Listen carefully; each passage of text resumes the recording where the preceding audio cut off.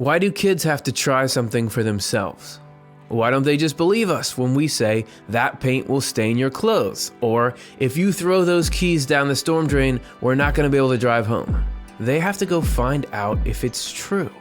We all know that a mind couldn't develop if it was just told things rather than getting to experience them itself.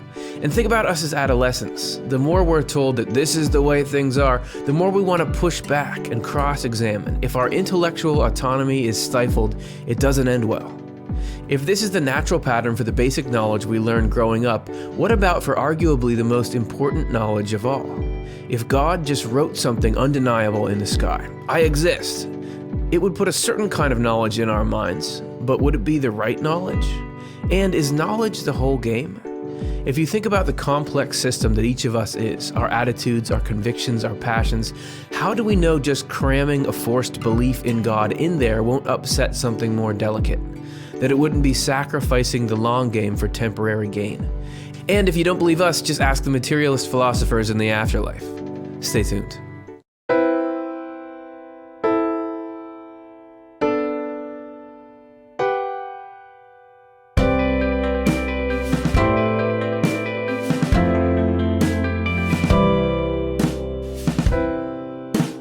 Hey everybody, welcome back to another episode of Swedenborgian Life. Today we're going to be asking the question, why doesn't God just prove that he exists? My name is Curtis Childs, and I'm going to be the host. I'm going to take you along into that question. And I feel like that question is legit enough, it's asked enough that it's worth putting on the screen again. Maybe we don't always use the exact same language for it, but people are wondering that. If there's God, why doesn't God just say that there's God? There's so much chaos that comes out of it. There's this huge, healthy debate about whether there's even the existence, whether God even exists. And why is that useful to have that be the starting point? Shouldn't we all just know there is God and that now we can move forward to the more important things?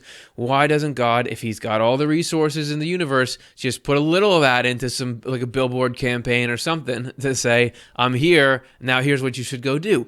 Well, that question actually presupposes the affirmative answer to another question that we rarely ever think to ask. And we want to back up this episode and look at that one, which is this.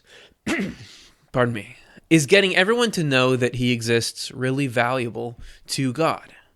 Because what Swedenborg asserts, and what we're going to assert tonight, is that it's actually only helpful to God to have you know that he exists if it happens in the right order. That actually just forcing it to happen could cause more problems than good, because what divine providence is trying to do, the guidance of the divine in our lives most strenuously, is not to convince us that he exists, but it's really all about this: changing the will in freedom. And that may sound cryptic and strange. Swedenborg says there are two main parts of us. He calls them the intellect and the will, roughly equivalent to our thoughts and our feelings. And he says what really matters is to change this.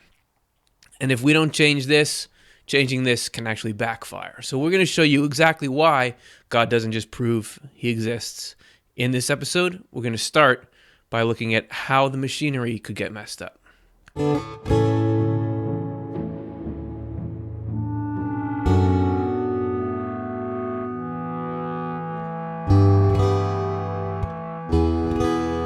You know that saying, a wrench in the works? It's about putting something into a machine that doesn't belong in that part of the machine, or doesn't even belong in the machine at all. There's similar risks involved with just throwing huge concepts into the human mind. Swedenborg asserts that if you introduce a miracle or some kind of undeniable supernatural-esque communication of knowledge, you put two things at risk to the person who receives that knowledge, and we're going to show you what he's talking about here. We got to look a little bit at Swedenborg's picture of the processes that are going on in our minds. He says that we have both what he calls inner thinking and outer thinking, that there are two levels of thought going on in our mind, and that might seem a little bit strange, but he describes it pretty straightforwardly here in Divine Providence 130. He says the basic state of our thought is that we look from our inner thinking and see things in our outer thinking in a kind of mirror. Because it's already noted, we can look at our own thinking, which can be done only by a deeper level of thinking. We can look at our own thinking. You can say to yourself, why am I thinking that? Which shows there's obviously multiple parts of you if you can scrutinize your own thought behavior with sort of sub-thoughts or meta-thoughts that are behind that. He says, when you're doing that, you're looking from your inner thinking into your outer thinking. So we have this inner and outer thinking, but there's other parts to our thinking mind that Swedenborg talks about. He also says that in our inner thinking, we have freedom. Our inner thinking gives us freedom. There's also rationality, rationality acts as sort of a bridge between the two kinds of thinking and between our freedom in the concepts and the details of life in the outer world. So the two things that he says are at risk when we absorb miraculous or undeniable information is, one, the flow of communication between the inner and outer thinking, and two, the interaction between freedom and rationality. Both of those things can actually be harmed and close to destroyed by the introduction of forced knowledge. And we'll show you how that all plays out within these mechanisms that we've already got going on. All right, so this is how it works. You've got all this system set up, and when things are in the right order, Swedenborg says life from God streams in, and it's able to move through in the proper pattern, which is into the inner thinking, through our freedom and rationality, into the outer thinking, and there organizing the things we learn and gather as knowledge. And if all that is going well, we get all these processes in the mind, the thinking, the putting things together, the growing, the learning, the changing, that all works. And you'll notice that there is an exchange of information between the inner and outer thinking through rationality. And in the healthy system, there is this communication back and forth along rationality, but it's run by the inner thinking. The inner thinking is instigating and calling the shots. The outer thinking is in more of a supporting role. That's how it's supposed to be for us to move forward and progress spiritually. But if a miracle comes in, externally, meaning we see or hear something that's undeniable, Swedenborg says it so takes over the outer thinking. He uses, it's translated in one translation, bewitches the outer thinking, that as you can see, it blocks off rationality, sends messages actually back out of the outer thinking into the inner thinking, which backs up the whole system and actually hinders the flow of life from the Lord into the mind. And when that happens, everything's disrupted, and it degrades the quality of the thoughts that we can have, which in turn degrade the quality of the progress that we can make because we're reformed through thoughts and feelings by God. In case that's a little abstract, we're going to give you a tangible-ish example here. Let's say that I went and learned about succulent pots. You guys know succulent? It's like, little desert plants in a little planter. And let's say I learned about them, and I was told in a classroom sort of what they were. I didn't go out in the field, to a plant store and see them. I just was told about it. Maybe I was shown a picture. So I developed some classroom knowledge about it. It's not the same as having handled the real thing, but it gives me an approximation, sort of a two-dimensional approximation of the actual thing. But let's say that I was told this information by a professor who I held in really high esteem. He or she was my ideal of knowledge and of wisdom. And so when they said something, I really took it to heart. And because of how much respect I had for them, when they said this, they just find a succulent pot for me and laid it out. That became my basis for reality surrounding succulent pots in general. And that was what was foremost in my mind. So much so that when the real thing came along, when I actually got my hands on an actual succulent pot, I couldn't look at it without thinking about the description I'd already heard. I couldn't focus my mind on it without coming back to what I'd already been taught. And such, I don't even really see the actual object because I'm so focused on the description that I learned. Let's take the false thing away. Without that, there's so much subtlety I can go into in studying the actual thing. It's not like a description. It's a living, breathing, respirating, photosynthesizing, organism. You can tell there's all kinds of diversity and subtlety here. There are actually multiple species of plant in this one pot. There is color variation here. You can see some of these leaves in the back are withered. They're leaning to catch the light. There's so much that you can learn about this, and you don't know it unless you actually get a chance to not just see the real thing, but hold it. I can touch it. I can get extrasensory or other sensory information beyond just sight. I can understand on a deeper level what's going on. I need to be able to rotate it, switch my vantage point. That's how I learn everything about it. But this whole process that we've described plays out with ideas in our minds. So let's say that the idea of something is like that false succulent picture, or that simplified succulent picture that we had here. Let's say that an idea of God is communicated to us via a miracle, or something it's told to us in a moment and it's undeniably true. That creates in us a description that is much like this here, because it's so undeniable that you don't have a chance to do what I was doing before. So if we get that out of the way, which is look, study, learn, turn the thing over in our minds. Using that process of freedom and rationality that we showed in here, that is the mental, spiritual equivalent of moving this thing around and looking and squinting my eyes and really figuring out for myself what it is. And not just this object is 3D, but if I get to study it, my working knowledge of it is going to be so much more multidimensional. And that's the same thing that happens with ideas, that if we are given it all at once and not allowed to weigh it in our freedom and rationality and turn it this way and that mentally, it becomes similarly superficial and void of detail. Like if somebody could say, yeah, succulents are green. But if you look, there's all kinds of shades of color. It's generally green, but there's a lot more going on. So it could be with God. You're told this is how God is. There's so much more there. And we're in danger if we are just told or forced by a miracle to believe of falling into some poor quality faith. This is Divine Providence 131, where Swedenborg talks about it. He says, this shows us that a faith caused by miracles is not real faith, but only secondhand belief. It has no rational content, let alone spiritual content. It is actually an outer shell with nothing inside it. The same holds true of everything we do on the basis of this kind of secondhand faith, whether it is acknowledging God, worshiping Him at home or in church, or benefiting others. He goes on, when the only thing that prompts the acknowledgement, the worship, and the devotion is some miracle, then we are acting from the earthly level of our human nature and not from the spiritual level, because the miracle instills faith from the outside and not from the inside, from the world then, and not from heaven, because we're not following the divine because we see what the divine is and this looks like love and like truth and I want to do that because it's good, or I'm not on this spiritual path because I've weighed it and thought this is the best way for me to spend my life as a human being. I believe this is actually leading me toward the thing that's going to best serve myself so that I can serve other people, and this is the answer to the problems of the world. We're doing it just because we have to, because we were told and we can't deny it, or we're worried about consequences. It's a whole different, the knowledge might be the same, but on the will side, it's totally different. Remember the will and the intellect? The feelings and thoughts, here's two different icons that maybe will stimulate a little more of what they are. The will is the emotion. It is the power, and the intellect is, I got it. I got the idea. Unless we have the will side going on, the intellect, it's futile to cultivate things in the intellect. If we're told something about the way God is and what we have to do in life, if we're just coming at it because we're forced to believe it's true and not because we love it, it's part of our purpose, it's part of what we believe we really want to be at our core, it's not going to matter in the end.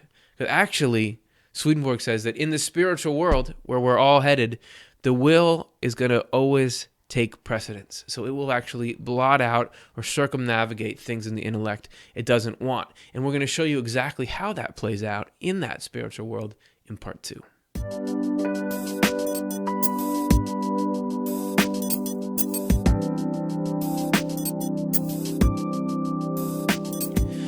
Forced intellectual consent is worthless because in the end, in the spiritual world, the will always end up dominating or choosing the course. And this was something Swedenborg got to see in his spiritual experiences over and over and over. And we're going to play one out for you here that illustrates the principle pretty directly. It's actually a longer story than we have time to get into here, but I'll give you a little bit of a preamble to set up the point of the story that we want to jump into. We'll introduce you to some characters. It's these guys who are here. This is a little bit closer up and a little separation so I can describe.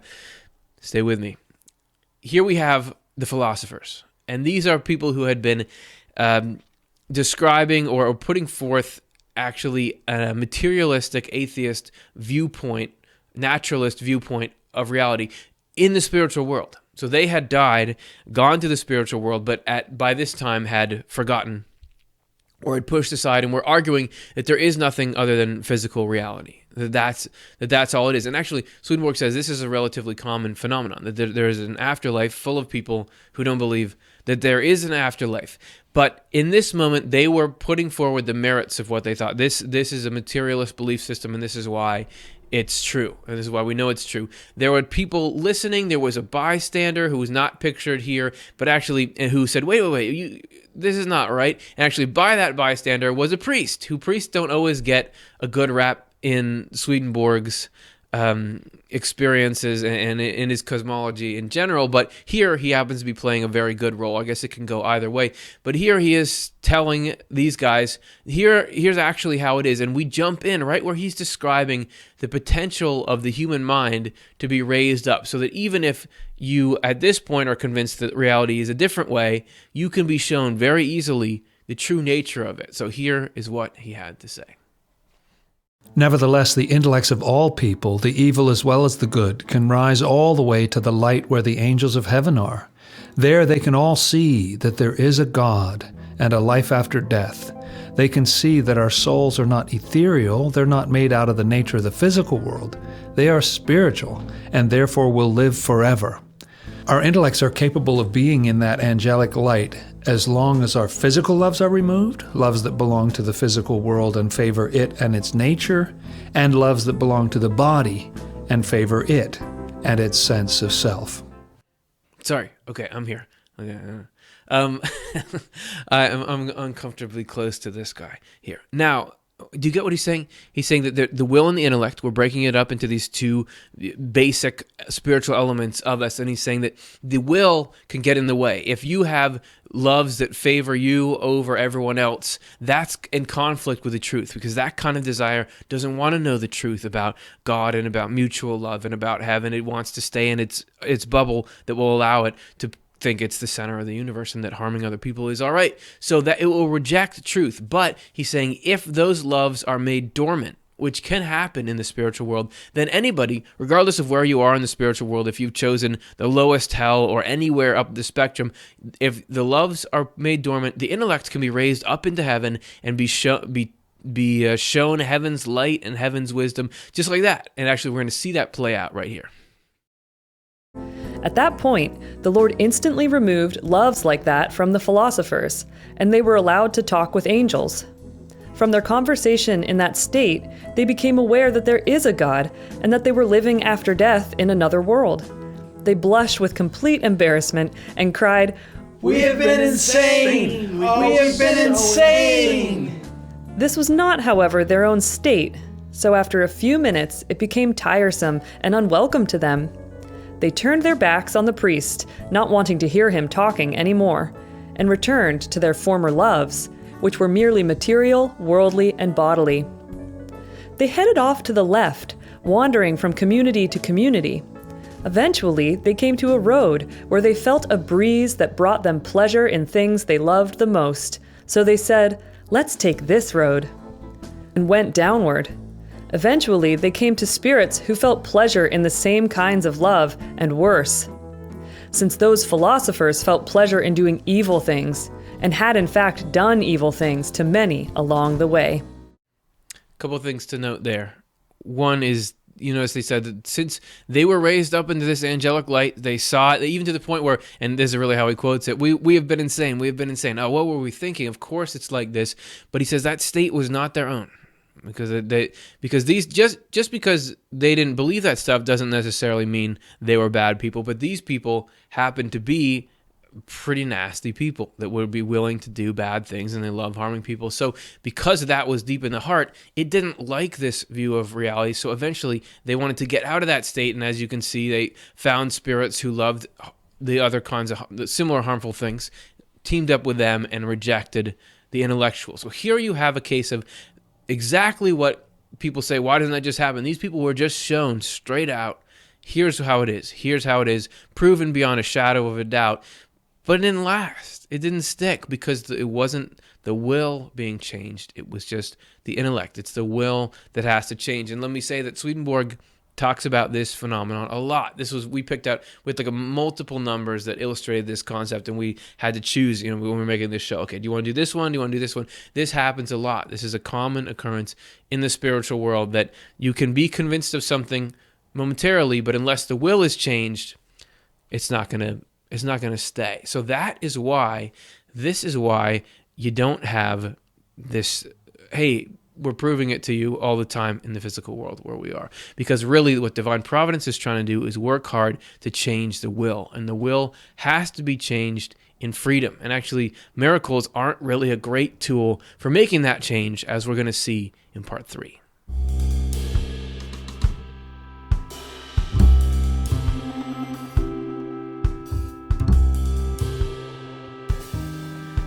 As we said before, it's all about changing the will in freedom. And when I say it's all about, I mean life is all about that.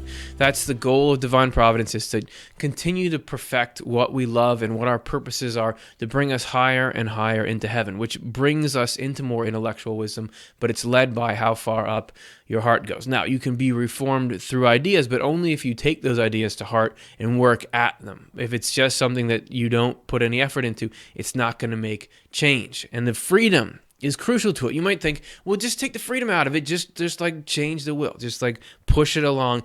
But that's not, freedom is not just an add-on to consciousness. It's essential. It's part of the basic building blocks of consciousness. We talked about this a decent amount in our show, Spiritual Freedom, which you can check out if you would like. But we're just going to look at a little excerpt from there where this is a quote from Divine Providence, Swedenborg's Divine Providence 78, where he talks about why freedom is so essential to making permanent emotional change.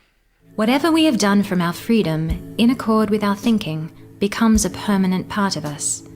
This is because our sense of who we are and our freedom are integral to each other.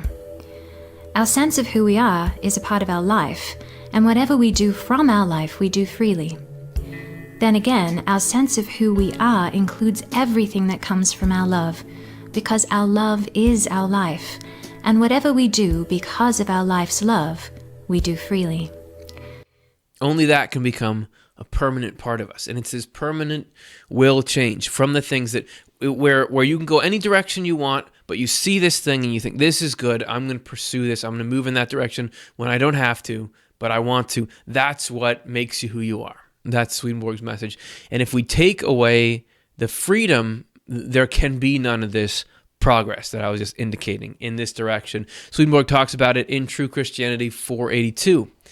He says, both our will and our free choice could be referred to as living forces, because action stops when the will stops, and the will stops when free choice stops.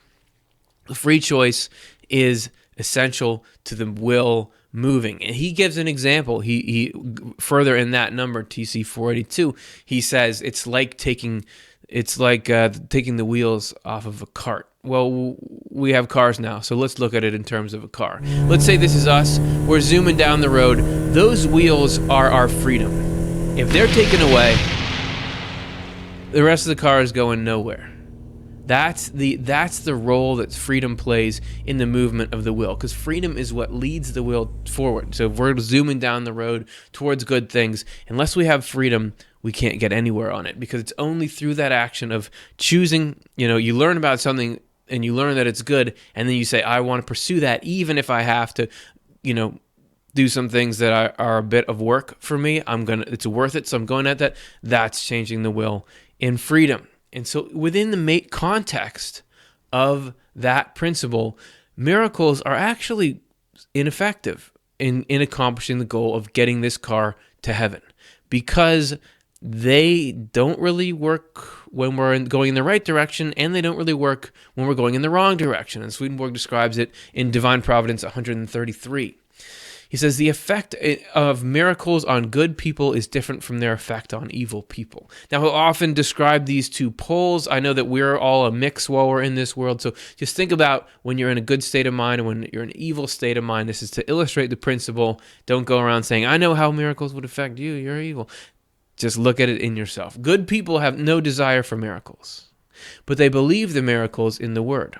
If they do hear anything about a miracle, they think of it only as a minor argument that strengthens their faith because they base their thinking on the Word and therefore on the Lord and not on the miracle. Now, what that means, it doesn't mean that we couldn't want something amazing to happen if we're in a good state, but that's not why we're going down the spiritual path. We're not going towards what we believe is true and good because, we saw something that forced us to go there. We're going because we believe it's true and good. We can have all kinds of amazing experiences that push us in that direction further, but it's only buttresses it. It only adds to it. It's not the primary reason. Even if it's got started initially by some kind of experience, we're only going forward because we decided, this is the right way to go. It's not being drugged there by a miracle. On the reverse side, if you're going down the wrong path, or the path that is least helpful to the human race, he says it's different for evil people. They can actually be constrained and compelled to faith and even to worship and devotion by miracles. This lasts only a short while, though, because their evils are pent up inside, and the compulsions and gratifications of those evils are constantly working away inside their outward worship and devotion. In the effort to let them break free of this confinement, these people think about the miracle and wind up calling it a sham, a trick, or a natural event, which enables them to return to their evil ways.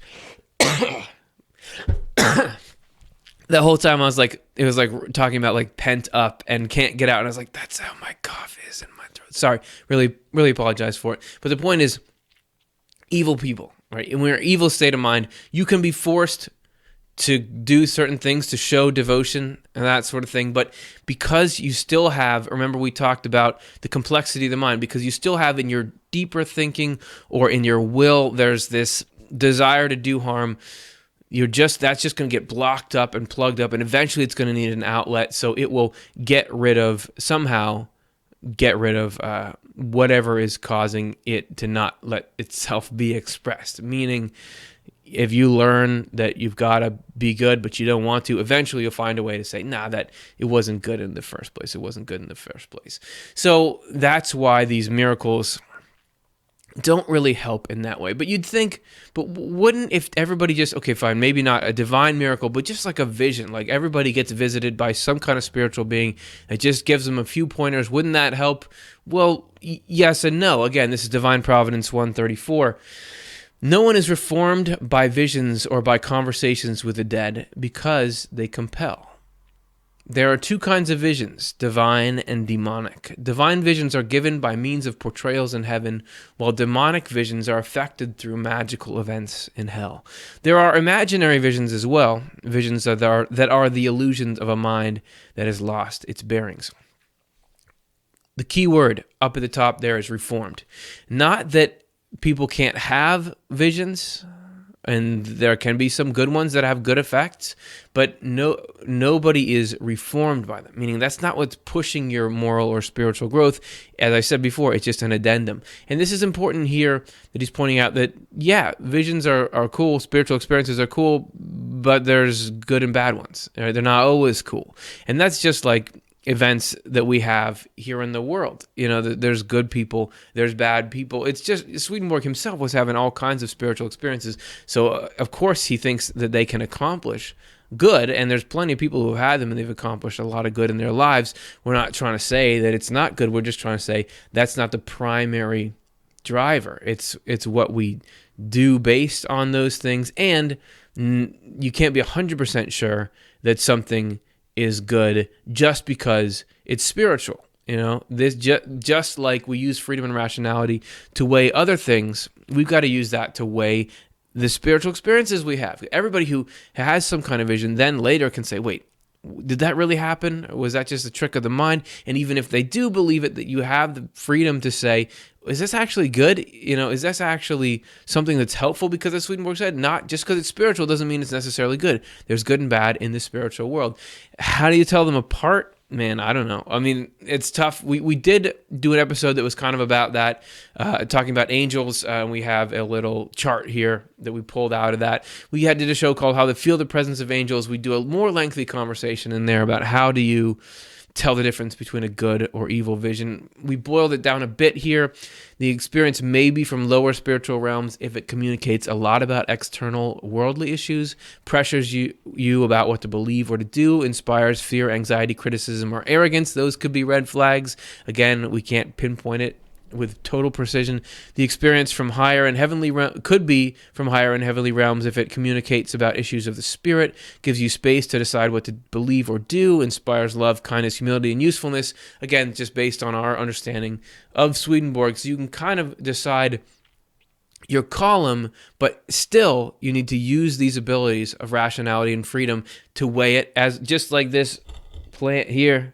Right, you got it. This is your spiritual experience. You got to be able to look at it. Wait, what really is this thing? What's really making this thing go? What do I believe? What do I trust? Because that way of looking at things, using freedom and rationality, that's how we were built. That's what life was built around. We were built to use it, and it was built to be this mechanism by which we work with God in this education process that leads us higher and higher and higher. All right, let's recap what we've learned here today in our wrap-up. So, as it turns out, the process by which God operates in us mentally is complex, and in some ways, fragile.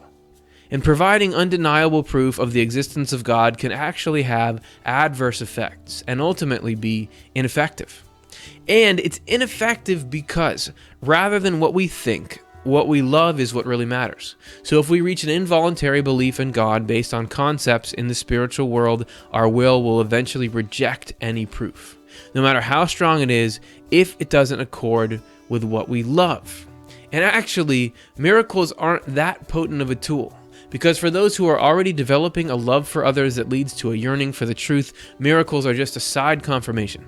And for people who are looking only to their own good, miracles are a mental agitator, keeping the feelings pent up and are eventually something that needs to be explained away.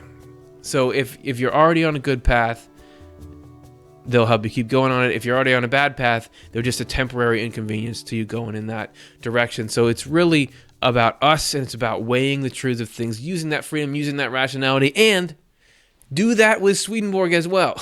Just because Swedenborg says something doesn't mean, okay, I'm just taking it. You know, he said it. Take your time, look at the concepts that we're presenting to you here.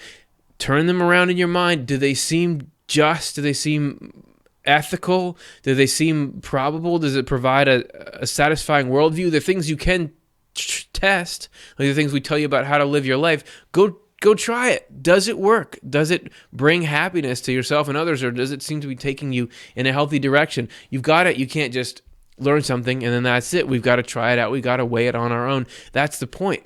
Swedenborg even says that in the spiritual world, and if you want to believe him on this, whenever somebody's taught something, they're also taught the opposite perspective, so that they have time to weigh it and come and choose for themselves. This is just how human minds are meant to function. So do that, and you'll have these wonderful living concepts that are battle tested and that have meaning to you rather than just you're told about in a laboratory setting. And if the more that you do that, the more that you work things out and do start to advance towards what's good and true, the more everything becomes confirmation.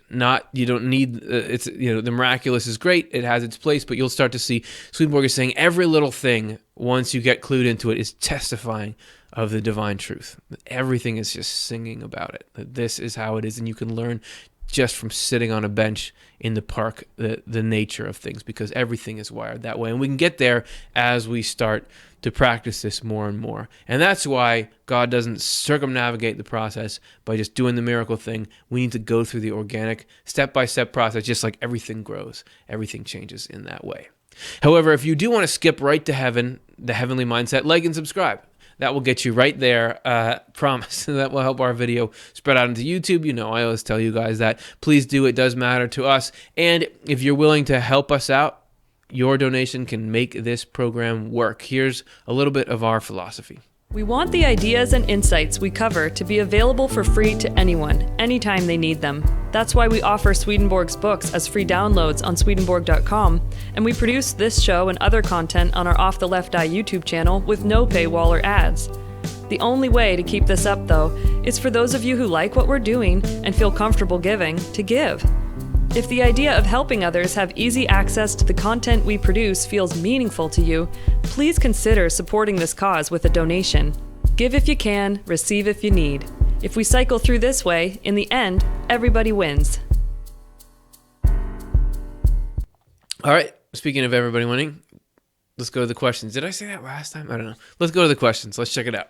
What do you guys think about this topic? Miss D, aren't some of us needed to fill the spot in hell in order for free will to exist for people on the planet? Equilibrium versus all of us created for heaven.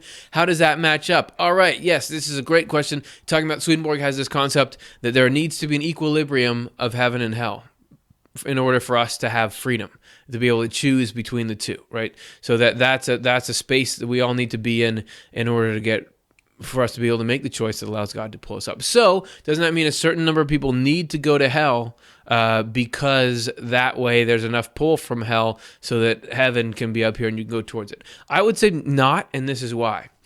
The only reason that we need to be in touch with heaven and hell right now is because we are born with attracted to both. I mean, Swedenborg says we're born with this attraction to hell, and that God is, from our birth, pulling us up towards heaven because of the way things have gotten with the human race. That originally it wasn't so, but because there was hell and people kept buying into it, and parents passed it down to their kids, and society sort of like I'm thinking of this metaphor that doesn't exist, like a snowball, but it's rolling downhill that has stuff in it that it picks up. We pick up evil as the human race. And so we have it in us. And it's only reason we need access to hell and heaven is the evil in us needs to be seen and rejected.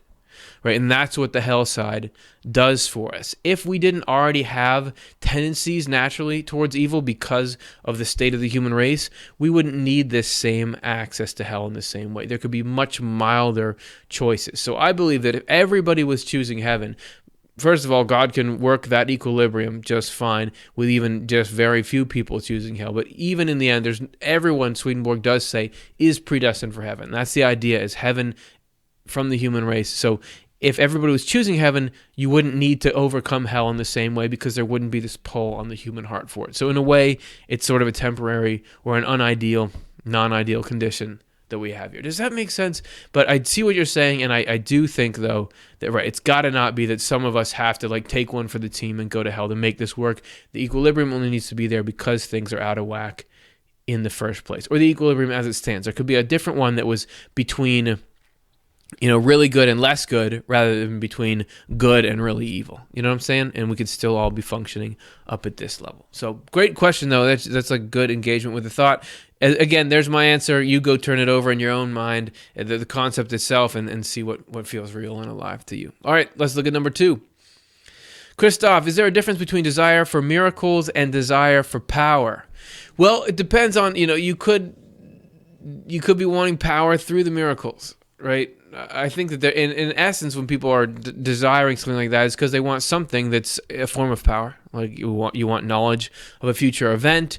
You want to be at the center of something. But then again, I would say, like, if we're saying a desire for a miracle is like, I want to see someone I love who died, that's fine. I mean, that's just like the human heart wanting to, you want to see the people that you love. So, or if you're saying a desire for you to be able to do miracles, then you never know, because there can be, and I guess when I see you say desire for power, I'm assuming you mean it in the negative sense, like a negative desire for power. Swedenborg says there's a good desire for power as well, that two people can both want power, but one person is wanting it for a hellish reason, one person is wanting it for a heavenly reason. The hellish desire for power is, I want power because I want to control people and I want people to serve me in some way. That's what hell is. What heaven is I want power because the more power I have, the more good I can do. Like, you could run for a high office or try to become the very influential person because as a very influential person, you can do good things for the world on a greater scale, or you can be trying to do it because you just want the adulation. So I would say there's both in there, and hopefully that is applicable to your question as well. All right, let's do number 3. Lee, what does Swedenborg say about the subconscious? Man, he says more about the subconscious than anybody that I have ever come across in all my, as I'm sure it's shocking, in all my vast journeys through the intellectual history of the human race. Swedenborg is, in a way, heaven and hell are the subconscious. Swedenborg talks in depth about the nature of why we have the urges we have, why we have what the genesis of the thoughts we have, which I think the subconscious in general is sort of the bed out of which things in us arise, right? The archetypes and that sort of thing. So Swedenborg's, the subconscious is the spiritual world. That heaven and hell are the thing behind the curtain of our thoughts and feelings. Check out our episode, Where Thoughts Come From. That's maybe a good place. It's a weird place to start, but it's maybe a good place to start there. So he doesn't use that term hadn't been invented, but filling the same role that Jung and those guys came up with for the subconscious would be the societies in heaven, the societies in hell, both pulling at your mind and you being part of this long chain of consciousness. So that makes sense? Number 4. Let's look at this. Drive-by poet. If miracles don't normally help much, then why do people still have them sometimes, and why do people have NDEs that might compel them in a similar way? It's a great question. I was hoping someone would ask it. That's why we want to highlight. You remember when I was reading that word about miracles don't reform? That's why I want to highlight it. They can still be helpful, but I think they're not the thing that everything depends on. They're not the reforming agent.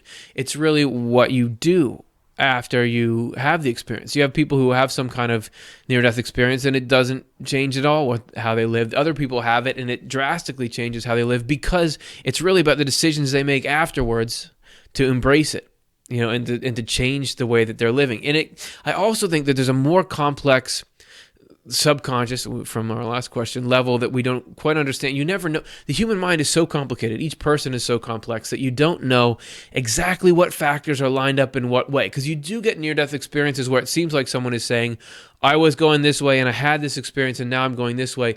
But you don't know what the underlying structure of that person's morality was. They may not even fully know, because why does one person react that way to an NDE? Why wouldn't everyone just get those? I think it's because, in the level of the inner thinking and the sort of the more hidden stuff, divine providence is seeing when is a person primed, like they already have the will built up so that this NDE will be sort of a revealer of their confirmation. It's not going to be able to flip someone, or else God would just flip everyone. But this is like a step, So the reason why people have them is the same reason everything happens. Like, why do some people have NDEs? Why do some people have horrible experiences that happen to them? Why do people have money come into their life and other people don't? It's all divine providence. And NDE is like a form of. It's just like any other experience, but it's got a particularly potent effect. But my sense is it's deployed